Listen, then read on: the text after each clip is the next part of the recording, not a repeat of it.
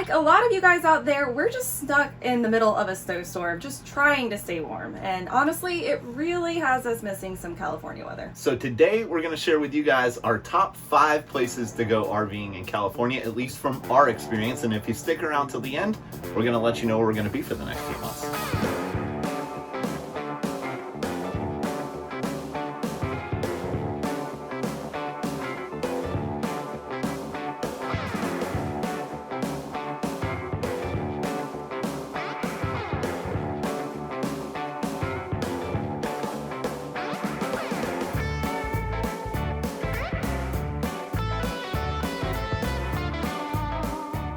We are Project RV Living Lost. I'm Thomas, this is my wife Victoria, and we've been full-time RVers on the road for a little over 5 years now, and actually spent most of all last year RVing through California. Whether you like the ocean or the mountains, intense hikes, or just fun little day trips, California really does have everything, and I think we've got a good spread for you. If you can't tell by these little puppy sweaters, I think they're missing the California weather too. Kicking off our list is a location where we first saw the sun set over the Pacific, and also the first time that we heard the beautiful call of the West Coast wildlife. It's a loudmouth. Now, we didn't visit this place on our last stint in California, but San Diego is the very first place that we ever RV'd in California. Yeah, and honestly, we fell in love right away, started searching jobs in San Diego. How much are houses here? A lot. Being from the East Coast, we're used to seeing ocean sunrises, but when we got to San Diego, one of our very first stops was checking out an ocean sunset. Yeah, and it was super magical. It even kind of brought a tear to my eye. I'm not crying. I've just been looking at the sunset. It's so pretty. Stop crying. Now, if you're planning on bringing your RV to San Diego, I would highly suggest staying at Mission Bay. It's a pretty bare bones park, but it is in a great location, and added bonus, you can paddleboard out there. Yeah, puppies even got to get out there on the boards.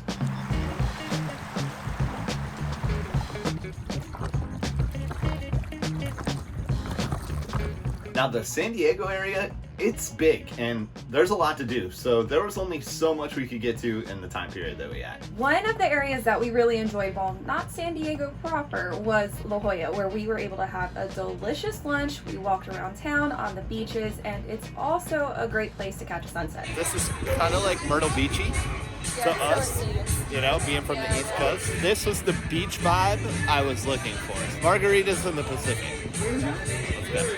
One of our go-to activities when we visit a new place often is to check out their local artwork, like murals and stuff like that. And we wanted to get back to Victoria's Mexican roots a little bit while we were in San Diego, so we went to Chicano Park. What they've done, some of these murals, is really incredible. It's very beautiful. Murals do make a good jumping off point in an area if you're not quite sure what to do, and it did not let us down. It had lots of cool artwork, a skate park, and overall just great vibes and a great place to hang out. Yeah, for sure. I should just take the skateboard out of one of these boys' hands and show them how it's really done. Oh, yeah. Just kidding. Being from the East Coast, we're used to flat, sandy beaches. And this trip to San Diego, I gotta say, probably my favorite part was the towering cliffs along the beaches. It's just a very unique landscape to us. For me, I think my favorite part was all the seals and sea lions. I mean, there is never a quiet moment. It's probably not the best for a quiet picnic, but I love it.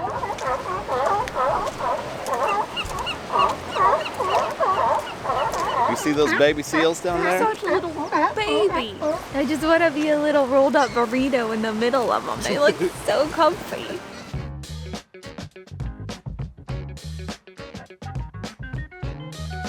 Picture this. You're sitting in a natural hot spring that's right around 110 degrees, surrounded by majestic snowy mountains. That brings us to number 2 on our list. Crab Cooker Hot Springs on Highway 395 in the Eastern Sierras. I know we were kind of talking about warm California places, but this one had to make the list for the views alone. One of our go-to activities while we're out exploring is to find natural hot springs, and it's something where I feel like our top 5 list is constantly changing. Yeah. But this one is definitely in the top 5.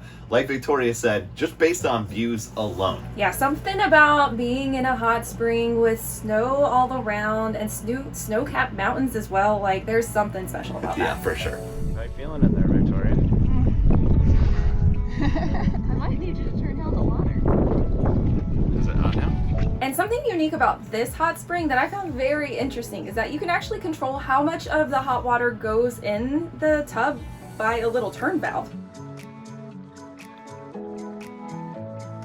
The good thing about this California Highway 395 trip was that while Crab Cooker was an amazing hot spring, it wasn't the only one in the area. In fact, we camped our RV just feet from one of the others in the area. Now, this was a free camping area on public land near the city of Bridgeport, and it was right by Travertine Hot Springs, which was absolutely gorgeous in its own right. It has tons of beautiful colors created by the minerals and lots of different pools, and best of all, we could walk there from our RV. It was maybe a little too convenient because we were there 4 days, and I'm pretty sure 3 of those days we were in Travertine Hot Springs.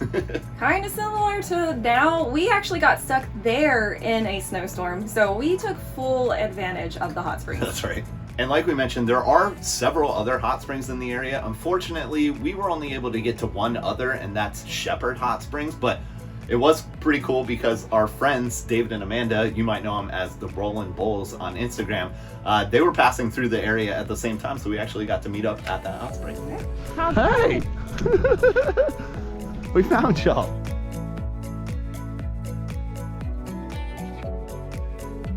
Now, maybe visiting natural hot springs isn't your thing, but I promise you that this Highway 395 trip is worth the visit because there are lots of other things to do. Like, we went to this really crazy alien looking lake called Mono Lake. Yeah. It's got a bunch of like weird geological formations.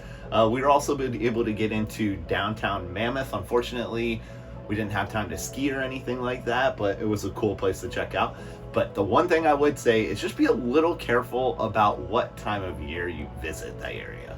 Yeah, like I mentioned, we did end up getting snowed in, which was unexpected, and it seems like unexpected weather happens there quite a bit. And quick. Yeah. And while being in hot springs in the snow is absolutely magical, it's also really cool to hang out during other seasons. That's right. Now, we've taken you from the coast to the mountains and now back to the coast to one of the only places in California, let alone the entire country, where you can camp in your RV on the beach. The only thing better than going to the beach is RV camping on the beach. And that's actually what Victoria wanted to do for her birthday this year. So to Pismo Beach we went. Now, Oceano Dunes is a place where you can roll your RV right out onto the beach. Yeah, and it was actually 4th of July weekend when we attempted this, and it was crazy busy out there. But good news is, despite all those people, there was still plenty of room for a 34-foot travel trailer. Now, when we visited, it was $15 a night to camp there in your RV. But if you're just trying to hang out for the day, you can also do that for about $10. And there is tons to do out there. And Oceano Dunes has, well,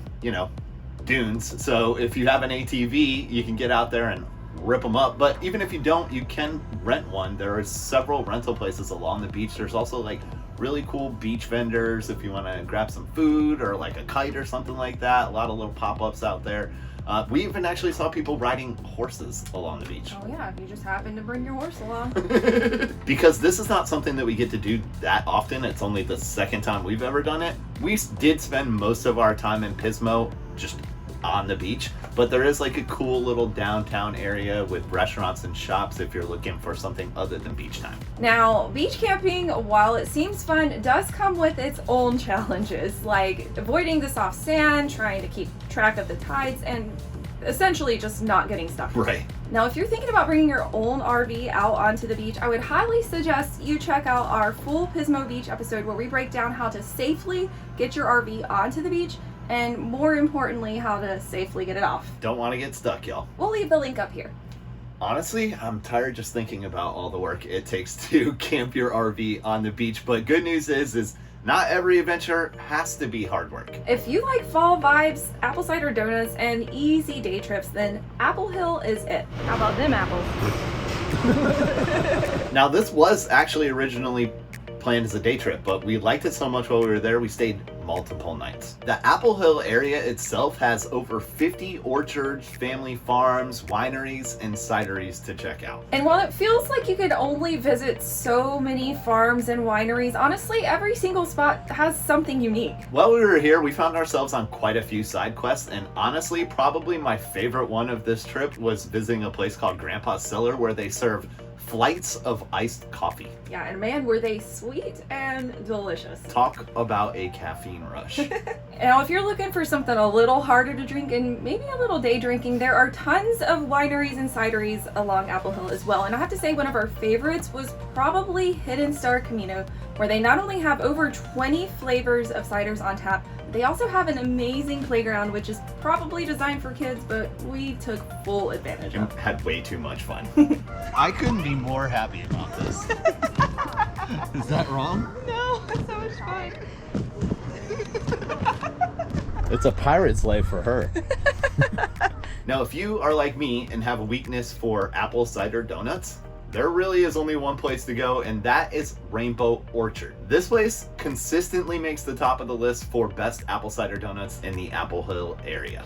Oh man, Is it good? that is so good. So good. That is exactly what I want. We were only there for so long and could only explore so much, but there's a lot of really cool properties in this area and a lot of other things to do. You could go jump on a hayride, maybe check out a country store if you wanted to pick some apples. There's a ton of You Pick 'em farms. There's even markets with like really cool vendors all spread out throughout these properties. Yeah, and while a lot of them are open all year long, I would highly suggest visiting in fall because that is definitely its best time. Now, we didn't actually camp in Apple Hill for this trip. We camped about 20 minutes down the road in the town of Placerville, and we actually used our Harvest Host membership for this one, and we stayed at Solid Ground Brewing. The best part of Harvest Host is that it lets you camp in some very cool and unique locations, and there's nothing better than being able to walk out your back door and just grab a fresh beer. That's right.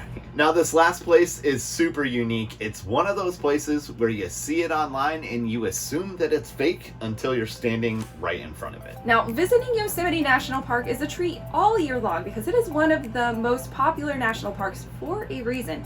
But if you visit during the month of February, you get a special surprise. For only a couple of weeks in the year, as the sun sets, it shines directly on Horsetail Falls and makes the illusion that it's on fire. They call it Firefalls. It is absolutely gorgeous. Yeah. Now, just understand, you're not going to view this crazy phenomenon in some like serene setting all by yourself. You're going to be surrounded by thousands of people who want to check it out as well. Yeah, there's a lot of people with the same idea from all over the world that are there to take beautiful photographs, videos, or just enjoy the view. Our advice if you're going to try and check out Firefalls is definitely get there early because, like we said, there are a ton of people, and also make sure you got your walking shoes on. Yeah, I think we ended up walking like 2 miles from the parking lot all the way to our spot. But also know you may make your trip all the way just the right time and visit Yosemite and still be disappointed because if the sun sets and it's overcast, you might not see a thing. Yeah, but we got lucky and it was stunning. It really did look like the waterfall was on fire, almost like there was magma coming out of the mountain. Get your cameras ready, y'all. And yes, we were there for the Firefalls, but we also wanted to check out the rest of Yosemite. And unfortunately, like a lot of national parks, they're not exactly big rig friendly. We're 34 feet long. A lot of these national parks cap their camping spaces at 25 feet. So we actually stayed a little outside of the park at Indian Flat RV Park. But good news is it was a pretty short drive to get into the park and we were still able to enjoy all of the other beautiful things that Yosemite has to offer, like El Cap, Half Dome, Yosemite Falls, and tons more. California, it's got a lot of national parks, but I would definitely put Yosemite at the top of the list of ones to visit. Okay, and now the part that all of you have been waiting for. We've covered our top 5 favorite California spots to visit with your RV. Now let's talk about where our RV is going to be for the next few months. After spending about 10 months in California and really 2 years on the West Coast, we decided it was about time to head back east for a while. Towing an RV cross country can be a bit of a grueling task, so we did actually make one pit stop on our way back across the country in Lake Mead, Nevada. We were able to enjoy some 80-degree weather in November, which we were very lucky. Now, we have towed the RV back and forth across the country quite a few times now, but this is the first time that we ever took I-40 back east, and it was a pretty cool experience for us because we got to see parts of Oklahoma and Arkansas that we've never seen before. And maybe the best part was the Appalachians through Tennessee during fall. Unfortunately, we really didn't stop to enjoy any of these places. We were making a straight beeline to my next contract. The only stop that we made was a mandatory one. The holy grail of RV gas stations, Buc-ee's. Who knew that you could spend an hour at a gas station? Bucky t-shirt for the win. I'm gonna crop it. And after 5 straight days of driving, we finally arrived in our new home base where we're going to be for the next few months. Should we drum roll this thing out? Sure. Okay. Our next home base location for Victoria's Travel Nursing is going to be Greensboro, North Carolina. Now, many of y'all know that North Carolina is our home state. It's where both of our families are from. As we mentioned, we spent almost 2 years on the West Coast, so that means we hadn't seen our family during all of that. And so we figured the holidays was the perfect time to come home. We've got to spend some quality time with family, catch up with friends, and honestly, it's been nice to be able to slow down a little bit. And while spending time with the people that we love was our top priority, there were a few other things that we need to get taken care of well in North Carolina, like switching out our storage unit and kind of a big deal medical procedure for this guy right here. Man in his tinfoil hat all ready for his surgery. That's right. Wish me luck, y'all. Now with all of that going on, you might have noticed that we've kind of slowed down on our travel videos just a little bit, but good news, surgery already occurred, he's on the up and up, and we're really looking forward to exploring more of our home state. Now, if you haven't checked out our playlist from North Carolina when we were here a couple of years ago, there's tons of good things on there, and if you guys have any suggestions on what to see now, please leave them in the comments below. So it's good to be back. We're really looking forward to exploring more of North Carolina and sharing those adventures with y'all. Yeah, it's fun to explore your own home state like you do other states, almost like a tourist. So we'll get right on that for you guys. Preferably after the snow melts. Clearly, Winter doesn't realize that we're currently in the South, so until we can get out of this igloo and thaw it out, y'all keep on exploring and stay lost. Bye.